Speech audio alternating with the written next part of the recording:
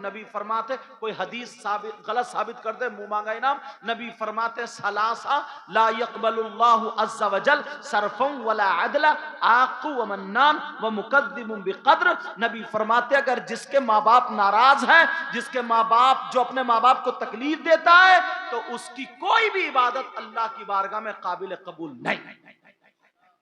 اس لیے میں نے حدیث پڑھ دی تاکہ کوئی یہ نہ سمجھے کہ اپنی طرف سے بتا کے چلے جائے. اب بھائی سنبھلنا نہ سنبھلنا آپ کی بات.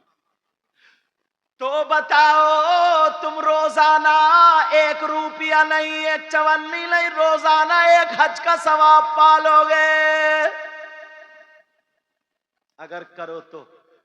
یہ باتیں اس لیے بتا رہا ہوں تاکہ عمل کرو. ایک مرتبہ میں پڑھ رہا تھا نا تو ایک نیکیوں کا راستہ اور ملا. آفر ہے، وہ آفر حدیث شریف سے بتا دوں اور بڑا ہی آسان ہے، بڑا پیارا آفر ہے، بڑا بوڑھوں کے لیے تو بڑا کام کا. انہیں کیونکہ نیند کم آتی ہے، بوڑھوں کے لیے بڑا کام. بتا دوں یا چھوڑ دوں؟ اللہ کے رسول فرماتے، علامہ زمخشری لکھتے ہیں، اگر کوئی اللہ کا بندہ مسجد میں جا کر کے خالی بیٹھ جائے، بھلے نماز کا ٹائم نہیں ہے، قرآن کی تلاوت نہیں کر رہا، کلمہ نہیں پڑھ رہا، تسبیح نہیں پڑھ رہا، خالی بیٹھا ہے اللہ کے گھر میں اور سانسیں لے رہا، اگر 1 گھنٹہ بیٹھا تو ہزاروں سانسیں لے لے گا. مگر آمنہ کے لال فرماتے اگر کوئی بندہ مسجد میں بیٹھے تو اللہ تعالیٰ اسے ہر سانس پہ 400 نیکیاں عطا فرماتا ہے. یار کتنی پیاری بات. 4 کچھ بھی نہیں، پڑھ بھی نہیں رہے، خالی مسجد میں بیٹھے. چوراہوں پہ تم گھنٹوں گزار دیتے ہو، وہ بھی کسی کی خدمت میں نہیں، برائی کرنے میں، کسی کی مدد میں نہیں، لڑائی جھگڑے میں. کوئی سیاست کی باتیں ہونے لگے تو کتنے سب لگے رہتے ہیں، بیٹھکوں پہ بیٹھے رہتے ہیں، آدھی رات چائے پی رہے ہیں، چائے سب کچھ. مسجد میں آخرت بنانے کے لیے خالی بیٹھا، خالی کوئی پڑھ نہیں رہا، تب بھی نبی نے فرمایا کہ اللہ تعالیٰ ہر سانس پہ 400 نیکیاں عطا فرماتا. اور بغیر پڑھے اتنا ثواب ہے، اور اگر کچھ پڑھو گے تو کتنا ثواب ہوگا. یہ باتیں آج سے کرو گے؟ بولو کرو گے آج سے یہ باتیں یا نہیں کرو گے؟ ہاں نہ بتاؤ. کرو گے؟ بولو. اور 2:10 ہو گئے. بس آخری بات بتا دوں اور میری گفتگو ختم، کیونکہ مجھے روزانہ بولنا پڑتا ہے. اور دعا کرو اللہ تعالیٰ مجھے بھی اچھا کر دے. میں اتنا تھکا ہوا تھا، آتے لیٹ گیا، اتنی آواز ہو رہی تھی سب کچھ، مگر میں سو گیا. کہتے نہیں جو نیند میں ہوتا ہے اسے کانٹوں پہ بھی نیند آ جاتی ہے، اور یہ بھی ایک اللہ کی نعمت ہے. ورنہ بہت سارے لوگ ایسے ہیں گولی کھاتے ہیں سونے کے لیے. کیا کھاتے ہیں؟ تاکہ نیند آ جائے. کھاتے نہیں کھاتے.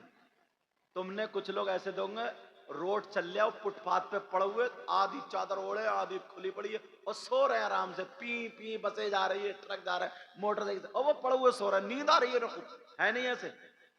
انہیں ڈر نہیں ہے، ان کے پاس مال نہیں ہے، ایل دلی سے سو جاتے. اور جن کی تجوری میں مال ہے، ادھر کا لوٹا ہوا ادھر کا لوٹا ہوا، تو اسے ڈر کے مارے، ٹینشن کے مارے اتنا قرضہ لے لیا، نیند نہیں آتی، اب ڈاکٹر سے دوا لے کے گولی کھا کے تو سو رہا. گولی کھاتے کھاتے پھر کڈنیاں خراب ہو جاتی. اللہ تعالیٰ تمہیں ہمیں سب کو سلامت رکھے، سب کو سلامت. آخری بات اتنی بتا دوں، مرد اور عورتوں کے لیے، دونوں کے لیے وہ بات کام کی ہے. تمہارے کتنے رشتہ دار ہیں؟ دیکھو، بیٹا ہے، بیٹی ہے، بیوی ہے، ماں ہے، باپ ہے، چچا، تاؤ، خالو، ماموں، سب ہے کہ نہیں ہے؟ بولو. یہ سب ہیں. اب تم یہ پوچھو، کسی کتاب میں پڑھو، کہیں دیکھو کہ ہم پہ سب سے زیادہ حق ہے کس کا؟ بیٹے کا یا بیٹی کا؟ بیوی کا یا ماں کا؟ باپ کا یا چچا، تاؤ، خالو، ماموں، کس کا ہے؟ سب سے زیادہ حق کس کا ہے؟ تو کس سے پوچھو گے؟ کسی مولانا کی بات میں کرتا نہیں، کسی مجھ سے بھی مت پوچھو. کس سے پوچھو گے؟ بولو اسلام سے. کس سے پوچھو گے؟ بولو. تمہاری بستی میں اگر کسی کا نام اسلام ہو تو صبح کو اسی کے گھر مت پہنچ جائیو کہ تو بتا بھائی. اس اسلام کی بات میں نہیں کرتا، میں مذہب اسلام کی بات کر رہا ہوں. کس اسلام کی بات کر رہا ہوں؟ بولو. شریعت مصطفیٰ کی بات کر رہا ہوں، مذہب اسلام کی بات کر رہا ہوں. کون ہے وہ جس کا حق تم پہ زیادہ ہے؟ لوگوں جلسے سے بات لے کر کے جاؤ، ہماری بیٹی بھی ہے، بیٹا بھی ہے، سارے لوگ ہیں، مگر بیٹی سے زیادہ، بیٹے سے زیادہ، بیوی سے زیادہ، بھائی سے زیادہ، بہن سے زیادہ، چچا سے زیادہ، سالی سے زیادہ، تاؤ سے زیادہ، سب سے زیادہ حق ہے مردوں پر اس کی ماں اور باپ کا ہے۔ کس کا بولو؟ تم چاہتے ہو تمہاری دعائیں قبول ہو جائیں؟ چاہتے ہو دعائیں قبول ہو جائیں؟ میں بھی چاہتا ہوں۔ کسی ولی کی دعا نبی کی طرح ہے؟ بولو، تم میں سے کسی کی نبی کی طرح نہیں، مگر ماں باپ وہ ہیں جن کی دعا نبی کی طرح ہے۔ نبی فرماتے ہیں دعاء الوالدین ان اولادہما کدعاء النبی ان امتہ۔ نبی فرماتے ہیں ماں باپ کی دعا اولاد کے حق میں ایسی ہوتی ہے جیسے مجھ محمد کی دعا میری امت کے حق میں ہوتی ہے۔ یہ کون کہتا ہے؟ نبی کہہ رہے ہیں یار، نبی، اور نبی کی بات غلط ہو ہی نہیں سکتی۔ چلو یہ مردوں کی میں نے بات بتا دی، مگر میری بہنیں بھی چھتوں ادھر آدھر پردے سے سن رہی ہیں۔ عورتوں کے بھی رشتہ دار ہوتے ہیں، ان کا بھی بیٹا بیٹی، ماں باپ، بھائی بہن۔ عورتوں پہ شادی کے بعد سب سے زیادہ حق کس کا ہے؟ عورت پر اس کے بیٹے کا نہیں، اس کی بیٹی کا نہیں، اس کی ماں کا نہیں، اس کے باپ کا نہیں، اس کے بھائی کا نہیں، اس کے بہن کا نہیں، چچا کا نہیں، تاؤ کا نہیں، خالو کا نہیں، ماموں کا نہیں۔ میری بہنیں سن لے، عورتوں پر سب سے زیادہ حق اس کے شوہر کا ہوتا ہے۔ کس کا ہوتا ہے بولو؟ شوہر کا۔ یہاں تک حق ہے، نہیں بھائی سمجھ رہے؟ یہاں تک۔ اب تم بھی کل کو جا کے لڑی مت جائیو بیوی سے، کہیں پتہ چلے کہ لٹھیادو اور کہ میں سید صاحب کی تقریر سن کے آیا تھا، سمجھے؟ تو عورتوں پہ سب سے زیادہ حق اس کے شوہر کا، سمجھ رہے؟ یہاں تک حق ہے کہ بیوی کو شوہر کی اجازت کے بغیر گھر سے نکلنا جائز نہیں۔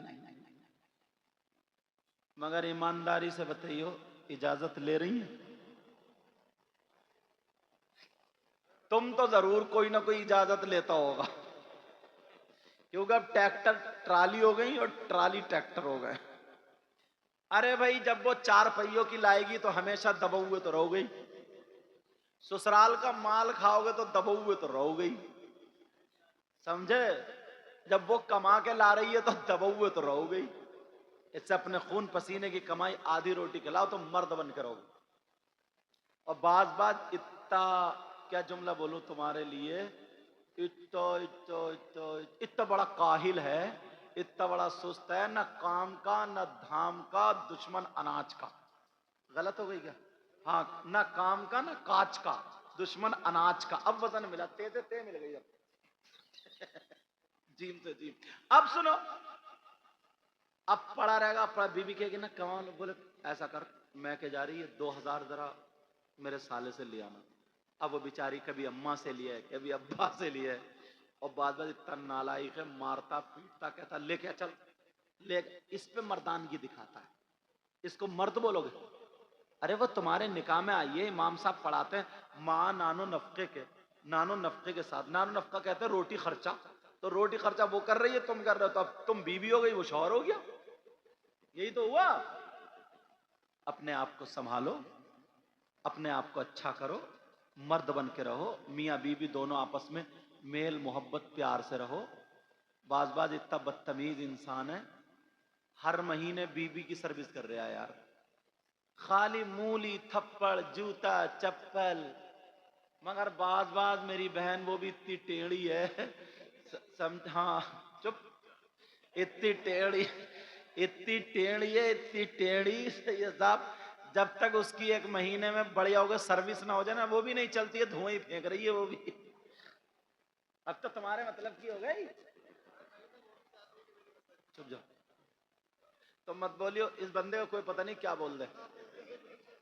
ابھی بہت شاندار شاعر نور الدین منظر اور راشد مرکزی بھی موجود ہیں، ابھی ہے اگے